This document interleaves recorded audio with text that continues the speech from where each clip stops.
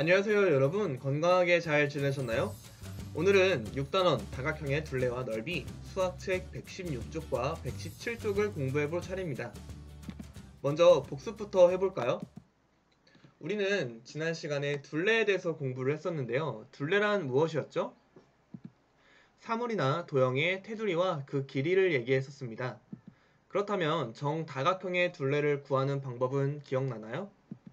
정다각형의 둘레는 한 변의 길이 곱하기 변의 수를 하면 됐습니다. 직사각형의 둘레는 어땠나요? 바로 가로 곱하기 2 더하기 세로 곱하기 2로 구하거나 혹은 가로 더하기 세로를 먼저 한 다음에 거기에 곱하기 2를 하는 방법도 있었습니다. 평행사변형도 굉장히 비슷했는데요. 평행사변형의 둘레는 한 변의 길이 곱하기 2 더하기 다른 한 변의 길이 곱하기 2를 하던가 한 변의 길이와 다른 한 변의 길이를 먼저 더한 다음에 곱하기 2를 하는 방법도 있었습니다. 그리고 마름모의 둘레는 한 변의 길이 곱하기 4로 구했었는데요. 이 세 가지의 공식을 꼭 달달달 외우는 것이 아니라 도형의 특징이나 도형의 모습을 생각하면서 이해해야 한다면 이 공식들은 굳이 외우려고 하지 않아도 자연스럽게 외워질 것입니다. 넓이를 나타내는 단위에 대해서도 공부를 했었는데요. 넓이를 나타낼 때는 한 변의 길이가 1cm인 정사각형의 넓이를 단위로 사용할 수 있다고 했었습니다. 그리고 이 정사각형의 넓이를 1제곱cm라고 했었고요. 기억나시죠? 그리고 크기는 검지손가락 첫 번째 마디에 들어갈까 말까 한 정도의 크기라고 말했었습니다. 그러면 책 116쪽에 1번을 한번 볼까요? 연수가 수학책의 넓이를 구하려고 합니다. 직사각형의 넓이를 구하는 방법을 생각해 봅시다. 우리 지난 시간에 배웠던 1제곱cm 이 크기의 스티커를 이용해서 직사각형 가나 다의 넓이를 구해볼 거예요. 준비물 12를 보시면 1제곱cm에 해당하는 스티커가 있을 거예요. 이 스티커를 이용해서 가와 나, 다에 스티커를 붙인 다음에 넓이를 한번 구해볼까요?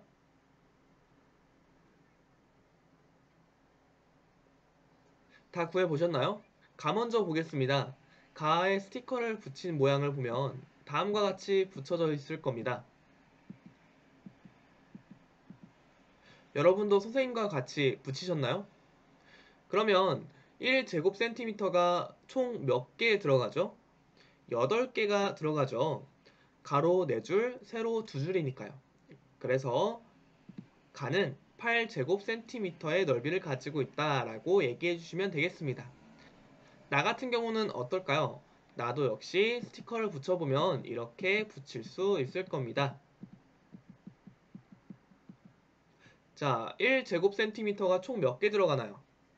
12개 들어가죠?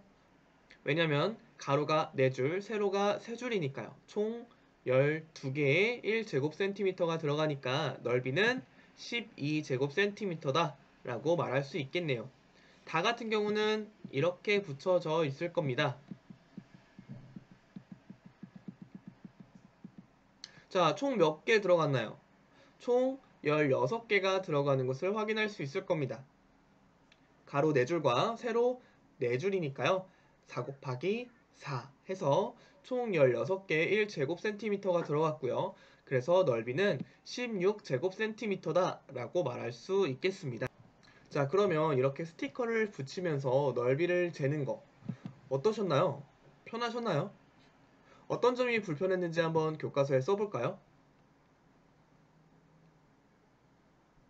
다 써보셨나요?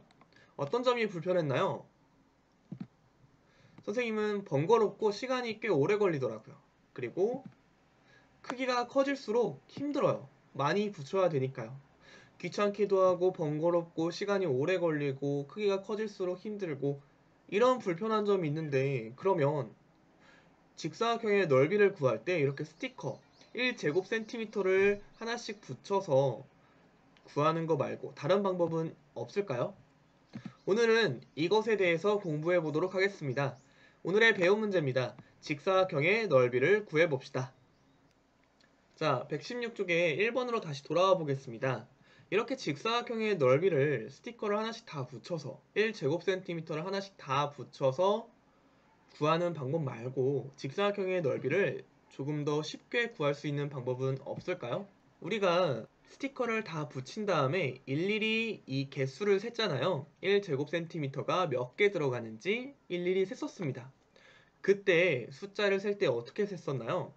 네, 세로는 하나, 두 줄 있었고요. 가로는 하나, 둘, 셋, 네 줄 있어서 두 줄과 네 줄을 곱한 값이 여기 직사각형 안에 들어간 1제곱센티미터의 개수였죠. 그래서 8개로 끝내는 것이 아니라 8개 있으니까 8제곱센티미터다 까지 결론을 냈었는데요. 그럼 이렇게 한번 생각해 볼까요? 이 네모칸, 이 정사각형의 넓이가 1제곱센티미터였죠. 1제곱센티미터의 의미, 뜻을 기억하시나요? 1제곱센티미터는 한 변의 길이가 1cm인 정사각형의 넓이를 얘기했어요.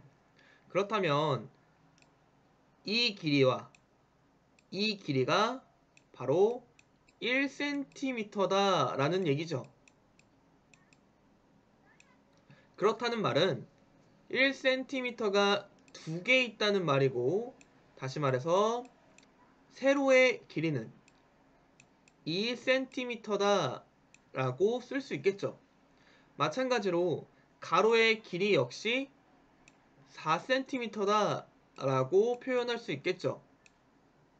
그렇다면 이 개수를 셀 때 2와 4를 곱했듯이 이것도 세로의 길이와 가로의 길이, 세로의 길이와 가로의 길이를 곱해주면 직사각형의 넓이가 나오겠구나 까지 도출할 수 있다는 거예요. 그러면 이 직사각형의 넓이는 8제곱센티미터였죠. 마찬가지로 2cm 곱하기 4cm는 8제곱센티미터다 라고 표현할 수 있을 겁니다. 정리하자면 직사각형의 넓이는 가로의 길이 곱하기 세로의 길이라고 쓸 수 있다는 거죠. 이해되시나요? 단위에 대해서 헷갈리는 친구들이 있는데요. 이렇게 생각하시면 될 겁니다. 아까 말했듯이 가로의 길이와 세로의 길이를 곱할 때 센티미터가 두 번 곱해지죠? 그렇기 때문에 제곱이라는 의미는 두 번 곱했다 라는 뜻이에요. 그래서 제곱 센티미터다 라고 표현하는 거거든요.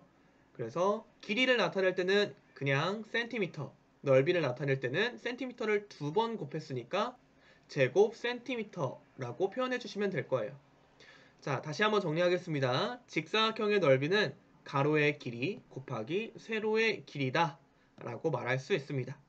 넓이의 단위는 제곱 센티미터인 거 잊지 마시고요. 자, 그러면 우리 아까 배운 내용, 직사각형의 넓이는 가로의 길이 곱하기 세로의 길이다 라는 걸 이용해서 가와 나와 다의 넓이를 구해볼 건데요. 이것을 하기 위해서는 자가 필요합니다. 혹시 자를 준비하지 못한 친구들은 지금 영상을 잠시 멈춰주시고 자를 가져와 주세요. 자, 준비됐나요? 그러면 한번 넓이를 구해볼까요? 넓이를 구하려면 두 가지의 길이를 알아야 합니다. 가로와 세로예요. 그러면 각각 가와 나와 다의 가로와 세로의 길이를 구한 다음에 가로와 세로를 곱해서 넓이를 구해볼까요? 영상을 잠시 멈춰주시고 지금 바로 넓이를 구해주세요.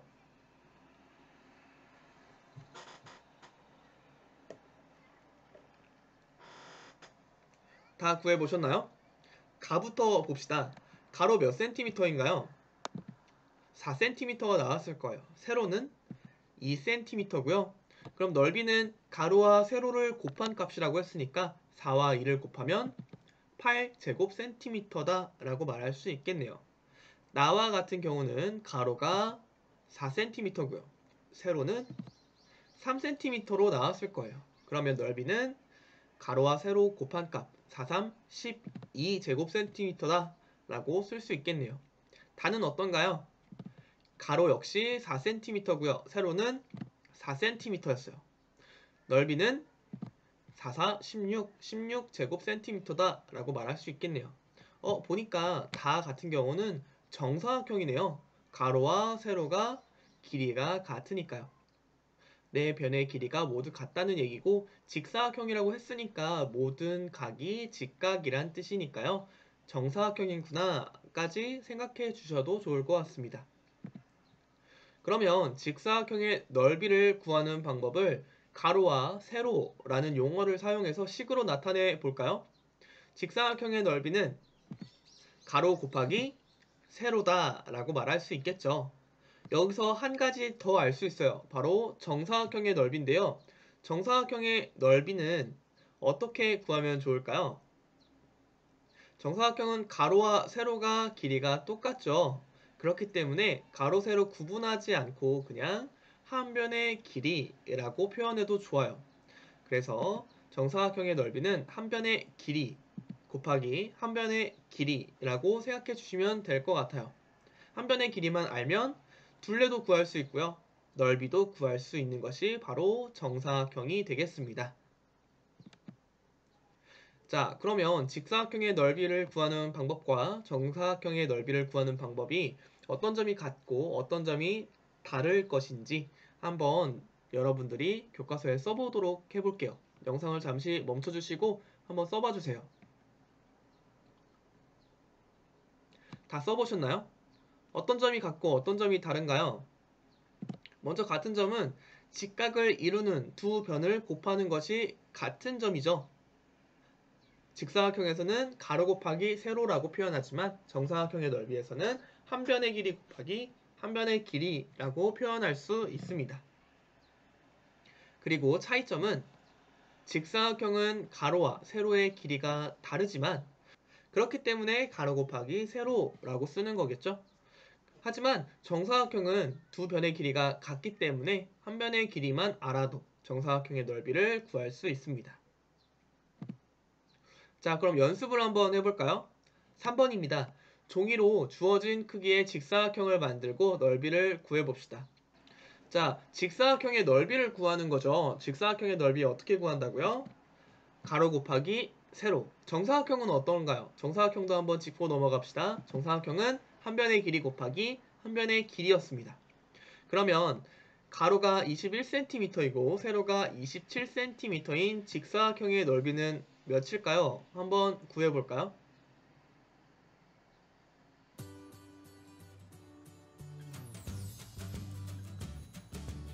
다 구해보셨나요?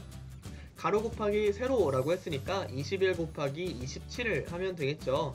결과값은 바로 567제곱센티미터다 라고 표현해 주시면 되겠습니다. 두 번째, 가로가 100cm고 세로가 100cm인 정사각형이죠. 정사각형의 넓이는 몇일까요?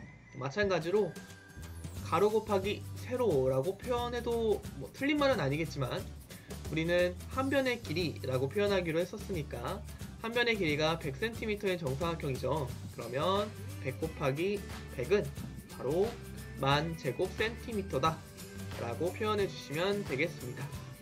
자, 오늘의 핵심을 정리하고 수업을 마치도록 하겠습니다. 직사각형의 넓이와 정사각형의 넓이를 구하는 방법을 배웠었는데요. 직사각형의 넓이는 가로 곱하기 세로로 구했었고 정사각형의 넓이는 한 변의 길이 곱하기 한 변의 길이로 구했었습니다. 이 말은 정사각형은 한 변의 길이만 알아도 정사각형의 넓이를 구할 수 있다는 얘기고 저번에 배웠던 둘레도 마찬가지로 한 변의 길이만 알면 구할 수 있습니다. 자, 오늘 수고 많으셨습니다. 숙제는 수아이킴책 76쪽과 77쪽을 푸는 것입니다. 혹시라도 문제를 풀거나 수업을 듣는데 어려운 점이 있거나 헷갈리는 점이 있다면 영상을 다시 보면서 꼭 복습해 주시기 바랍니다. 그럼 정말 수고 많았고요. 다음 시간에 건강한 모습으로 다시 보도록 하겠습니다. 감사합니다.